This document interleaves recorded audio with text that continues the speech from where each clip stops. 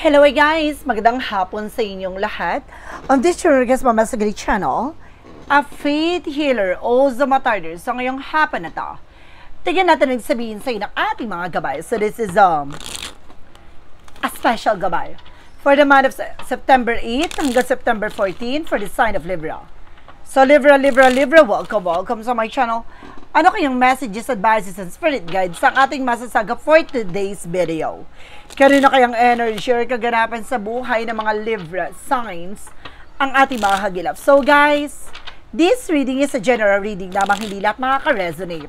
Kunin lamang po ang makaka-relate sa inyo and comment down below kung kaninong energy ang ating nasaga. Pero don't forget to like and subscribe my channel and hit the notification bell for more videos update. Dahil maraming salamat po sa mga walang sawang pag-support sa aking channel, lalong-lalo na ang skip ng ads, saway pagpalain kayo ng Diyos at may kapal. Siksik, digdig, umapaw na biyayang manambalik sa inyo. So let's see guys, what is the messages, advice ng ating spirit for the sign of Libra. So let's see and watch this.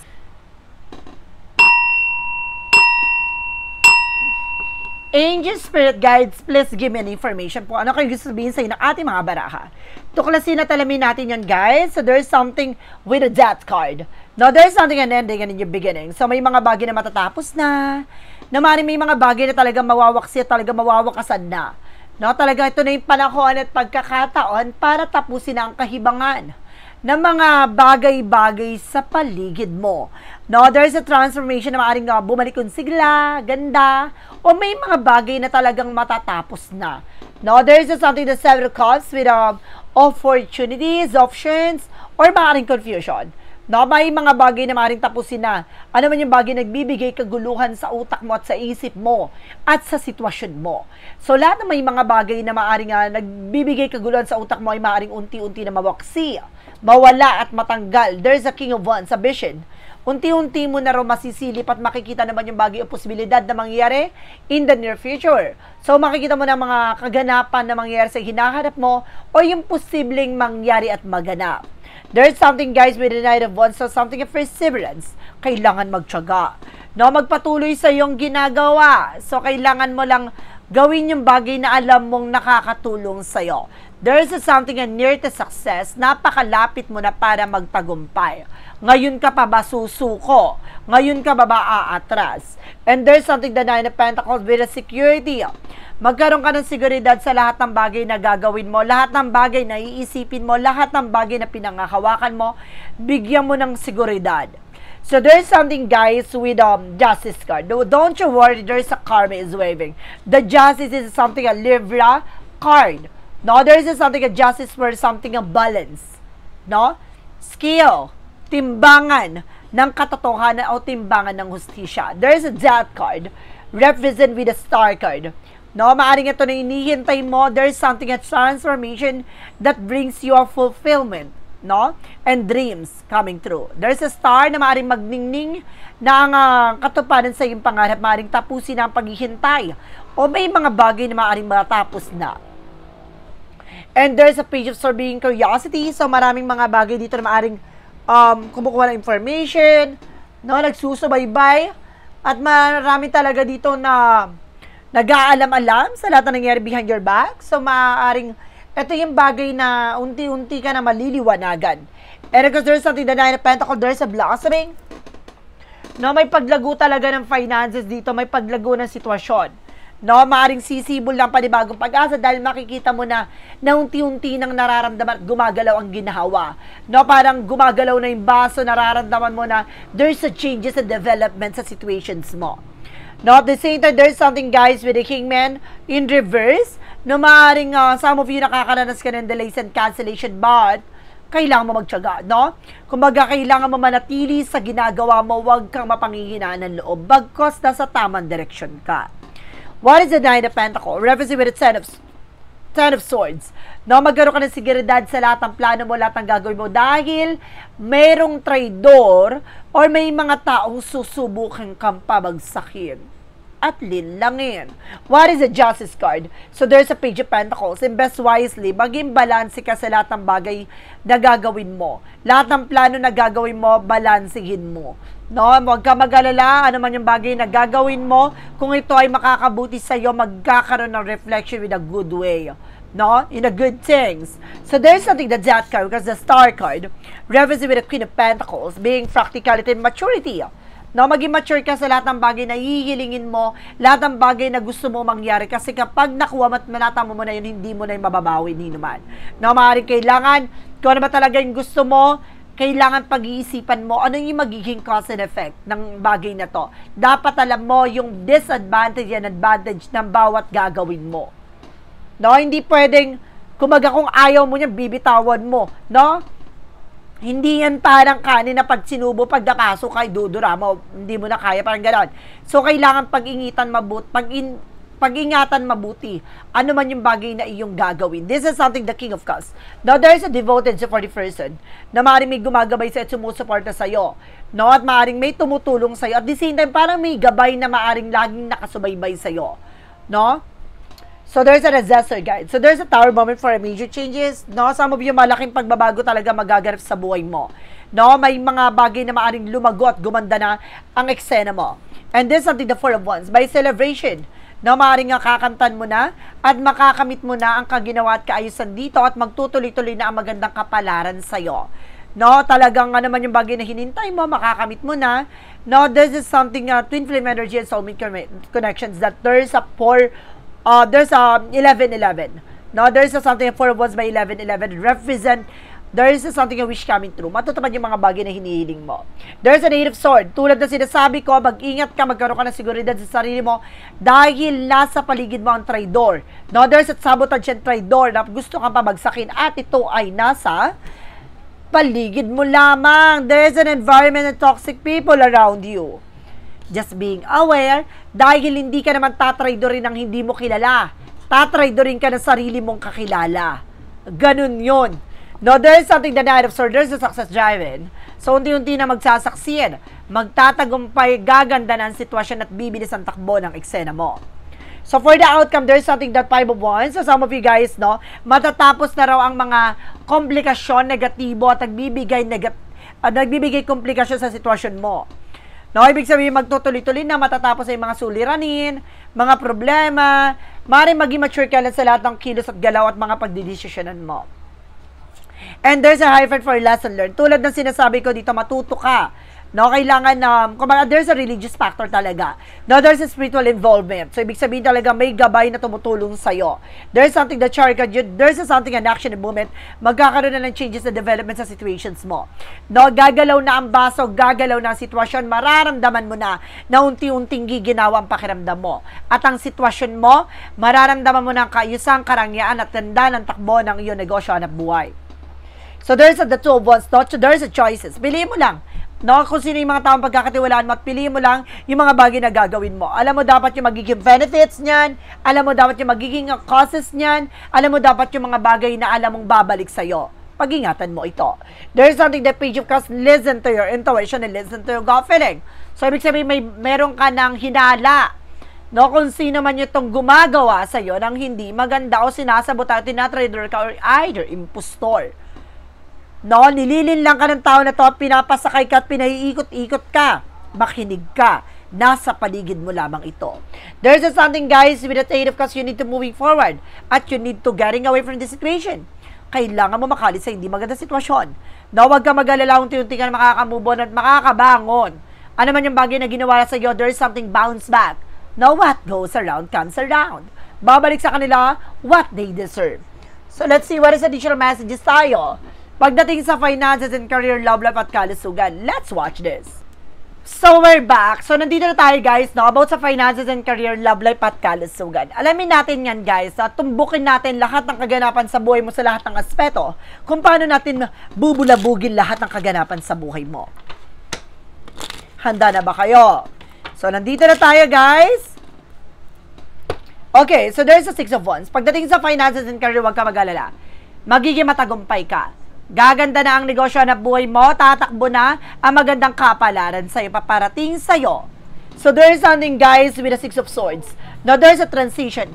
Unti-unting giginawa, gaganda ang pakiramdam, gaganda ang kalagayan mo.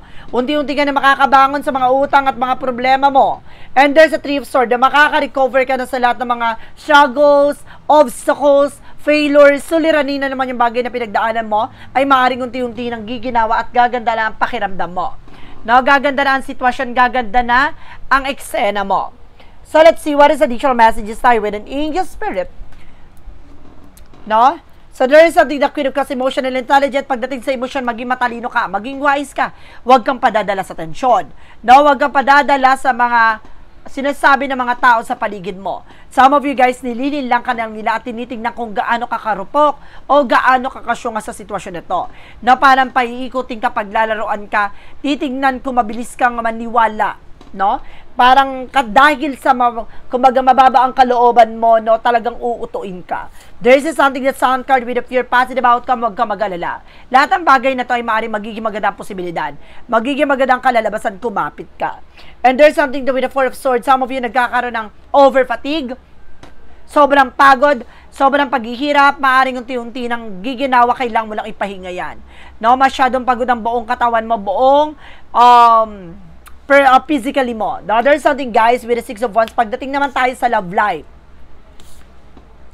with the King of Swords. Oh, being wise, being intelligent, putulin mo na kung sino man yung bagay na hindi nagsiserve pagdating sa relasyon. No? Kung sino man to with a toxic relationship or toxic people or toxic families. No? Mag-ingat ka kung sino man yung mga taong pagkakatiwalang pagdating sa relasyon. And there's a Two of Swords. There's a decisions that you need to make. Pero nahihirapan ka mag-decide, nahihirapan at natatakot, nangangamba ka. Bakit kaya? No, may mga bagay dito na maaaring naduduwag ka sa sitwasyon na to or maaaring naguguluhan ka pa. There's something, the Six of Pentacles, magiging balansin at magtutuloy-tuloy na ang magandang eksena pagdating sa relasyon, magkakaroon ng respeto at disiplina sa isa't isa. Parang may mga bagay ako nasisend dito na matatauhan. No, there's an Ace of Swords with a mental clarity. Talagang liliwanag ang utak. No, liliwanag ang isipan dahil lahat ng bagay nito ay unti-unti ng liliwanag. No? There is something that happens. There is a hidden agenda or there is a mystery. Maraming bagay sa likod nito na unti-unti ng malantad. Revelasyon ay maaaring ibahagi. There is an Eight of Wands. No, there's a heart-to-heart conversation. Marami kang pang bagay na dapat mga laman. Some of you may malalaman kami, makatatanggap ka phone call, messages, and email with the other person or with your person. So, pagdating naman tayo, guys, no, sa kalusugan mo, there is something that strength of with confident. Lakasan mo ang loob mo. Alisin ang takot at pangamba. Alisin yung, kumbaga, nagbibigay ng takot sa puso mo at sa isip mo. And there's a Nine of Cups. No, gaganda ng kalusugan, gaganda ng pakiramdam mo. No, kailangan mo maging masaya sa bawat eksena. Kailangan na ayusin mo yung sense of humor mo. Always tingnan mo yung, always see the lighter side of situation. Lagi mo titingnan yung magandang eksena. No, wag kang tumingin sa negatibo or wag kang mag-stuck sa situation ng negatibo. And this is the King of Pentacles, security. No, pagdating sa kalusugan mo, magkaroon ka ng seguridad. Huwag kang kwento ng kwento. Kung ano-ano nararamdaman mo, sige kang chinika, sige kang kinwento, tantanan mo yan. And this is the Ace of Cups. No, there's a passion. No, talagang may inggit sa'yo, sa paligid mo, nasisense ko to na maaaring maraming taong nakatingin sa'yo, pero akala mo natutuwa at maaaring, kumbaga, akala mo parang sinusuportahan ka, deep inside, kumbaga, nangingit sa inggit, ayaw masatawad. And there's a judgment. See, paalala, you need to pay attention. Pagdating sa kalusugan mo, no, kailangan mo talaga, there's a healing talaga dito, maaring unti-unti na magkakaroon ng healing dito, iiwasan mo yung bagay na nakakasama sa'yo. No, kailangan mong kumalma, huwag kang aggressive. No, pag-isipang mabuting bawat gagawin mo at kakainin at iinumin mo. Hindi pwedeng ura-urada, hindi pwedeng bira-birada. No, kailangan pag-iisipin mabuti yung magiging epekto nito sa kalusugan mo. So, let's see. Hanapin natin, nagilapin natin pagdating naman tayo sa Magic of Fairy Messages Advices. And it goes a pick a card, yes or no. So, let's watch this. So, we're back. So, nandito na tayo with the Magic of Fairy Messages Advices for you guys. Alamin natin at tumbukin natin ano mga kaganapan pa sa buhay mo ang ating mahagilap. With the Magic of Fairy Messages Advices for you. So, there's a flower. There's something in healing. No, talagang magkakaroon ka ng personal healing dito, and there's an assertiveness. No, dapat alam mo sa sarili mo pinaniniwalaan mo. Huwag ka nagbe-base sa ibang tao. Just being yourself. No, just being yourself. Just being authentic with yourself. Let's see what is the yin and yang oracle card. Actions, kailangan mong kumilos dahil magkakaroon ka ng bagong simula. There's a beginning. A new beginning. And there's a separation. Some of you guys, meron talagang separation na nagaganap or meron talagang pinaghiwalay ng sitwasyon dahil sa negatibong mundo. At the same time, guys, there's something at thoughts. No, there's a lot of negativities around you at negativities talaga na nag-uudyok sa isip mo. So, kailangan nalisin mo yung mga tumatakbo sa utak mo negatibo or nagbibigay stress sa'yo. For synchronicities, represent what? There's something bloom. No, may paglago talaga. No, may pagsibol na nga, maaaring mamukadkad ulit yung bulaklak na to, gumanda na ulit ang situations na to, and there's a night vision. Unti-unti mo masisilayan. Ano man yung bagay na maaaring makamtan at maaaring mangyari sa hinaharap. For a romance, say for Mystic Love Oracle deck.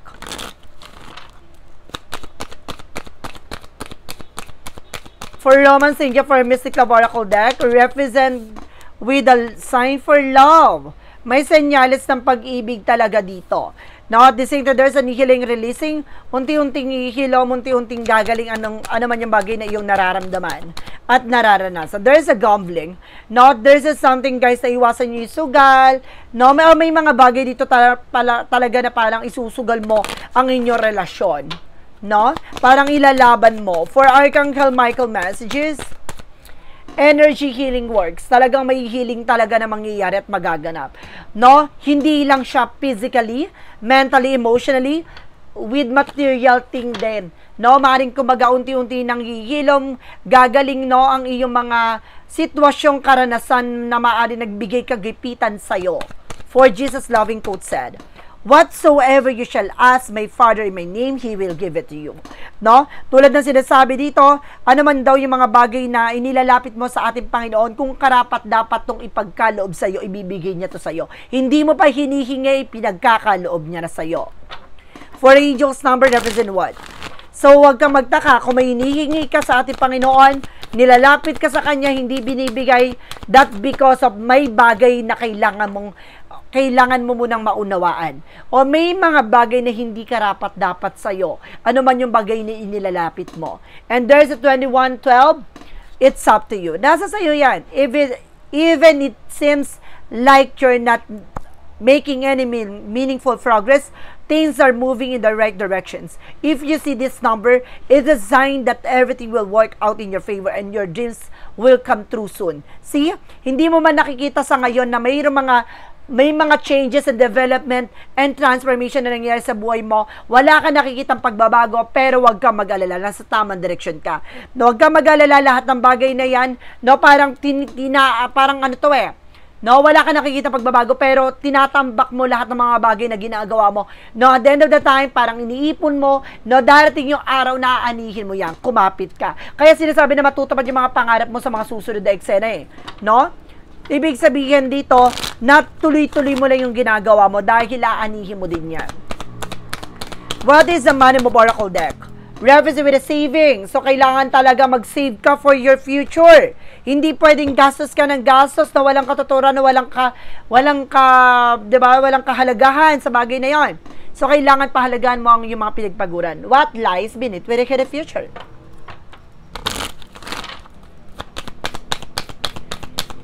Okay, so there's something is with a total drama action. So, sinasabi talaga dito, no, kailangan mo talagang magtantan sa drama.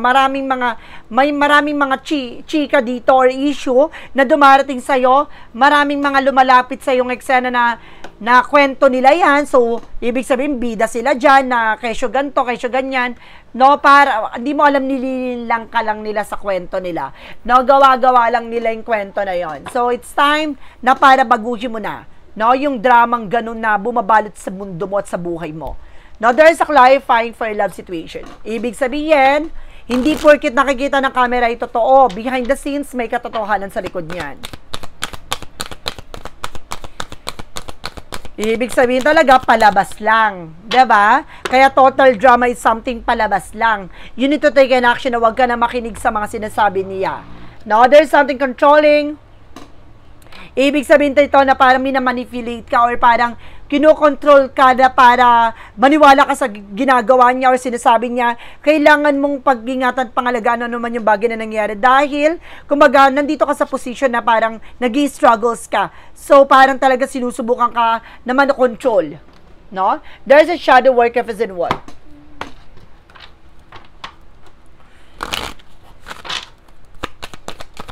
So, there is something, guys, with a journey inwards, introspection and growth. The path to enlightenment start within you. Sa iyo magsisimula ang daan tungo sa kaliwanagan. So, nasa sa iyo ang akbangin kung masusundin mo ano man yung bagay na sinasabi ng ating gabay. For clarifying for your life situation.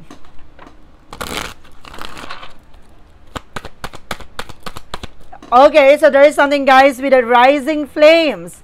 Let your passion guide you to the fulfilling purpose meant for you. Kung itong bagay na to, kung para sa'yo, hayaan mo mangyari. Hayaan mo ang ating gabay na gabayan ka, tungo dyan sa pagtupad ng pangarap mo.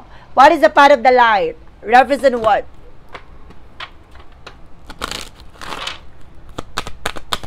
A path of the light represent dalawa. There is a faith and freedom. Magtiwala ka na kalayaan ay paaring ipagkalob sa'yo. I have calmed my mind and trusted my doubt to God, releasing them all I trust in His perfect providence and surrender to His will, finding true freedom in the peace that comes from letting go and having faith. Magtiwala ka, no, hindi yung, kumbaga, hindi lahat na nangyari sa buhay mo ay puro kalugmukan. Isang paraan niya na para hubugin ka, para patatagin ka sa hamon ng buhay, na magtiwala ka sa kanyang galaw at kanyang gawa, na may mga bagay na ibibigay sa iyo ayon sa kalooban niya. Ibig sabihin, kaya mo yan nararanasan dahil may magandang magandang mission kang nakalaan na magtutupad sa pangarap mo talaga. And inner strength. See, I told you, pinalalakas, pinatitibay ka. Inaalis sa iyo yung takot at pangamba. My inner strength and wavering rooted in my connection to the divine. No matter the challenges I face, I know I have the power to overcome them.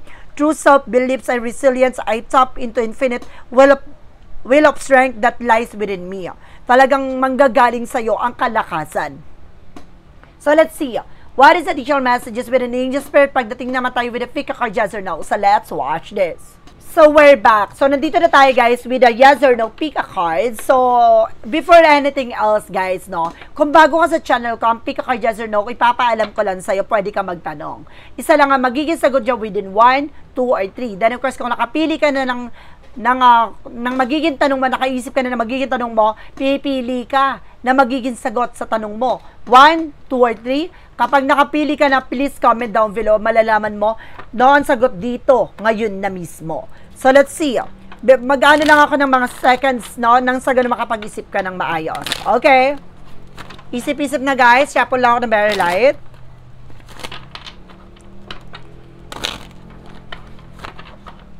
Okay, so we proceed na tayo. Let's start with the number 1. Number 1 represent, guys, with a yes. Fulfilling possibilities, plenty, creating abundance. So, see, itong bagay na to ay nag-uumapaw na posibilidad at mag-uumapaw sa pagbuo ng parang kasaganahan. No? At maaaring magiging marangya ang iyong pamumuhay sa mga susunod na kaganapan. Oh, gusto ko yan.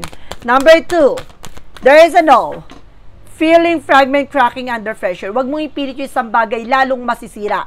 No, wag mo ipilit yung bagay na alam mong hindi pa tama o hindi pa akma sa'yo. No, manatili kang kalmado, kumalma ka, pag-aralan mo, pag-isipan mo, wag mo munang ipilit yung isang bagay na hindi pa hinog para sa'yo. So, kailangan mong kumalma, hintayin yung tamang pagkakataon para kung itong ay ready na para sa'yo, ibibigay sa'yo. Number 3, there is a no. Learn from experience, always no longer work. Na matuto ka sa mga kamalian, mga pinagdaanan mo, wag mo nang ipilit yung mga bagay na hindi nagtagumpay. No, wag mo nang ibalik-balik yung mga bagay na alam mong, 'di ba? At the end of the time, wala pa ring mangyayari. Wag mo ipilit yung isang bagay na alam mong pagsisisihan mo or mga bagay na magkakamali ka for the third time around. So guys, this is a special gabay for the month of September 8 hanggang September 14 for the sign of Libra. So, Libra, maraming salamat po for this wonderful reading. So, once again, this reading is a general reading lamang, hindi lahat po makaka-resonate. Kunin lamang po makaka-relate sa inyo and comment down below kung kaninong energy ang ating nasaga. Pero don't forget to like and subscribe my channel and hit the notification bell for more videos update. Then of course, maraming salamat po sa mga walang sawang pagsuporta sa aking channel, lalong-lalo na ang skip ng ads naway pagpalain po kayo ng Diyos at may kapal siksik-liglig nag-uumapaw na biyayang manumbalik sa inyo. Maraming salamat guys and see you in the next video. Bye-bye and babush!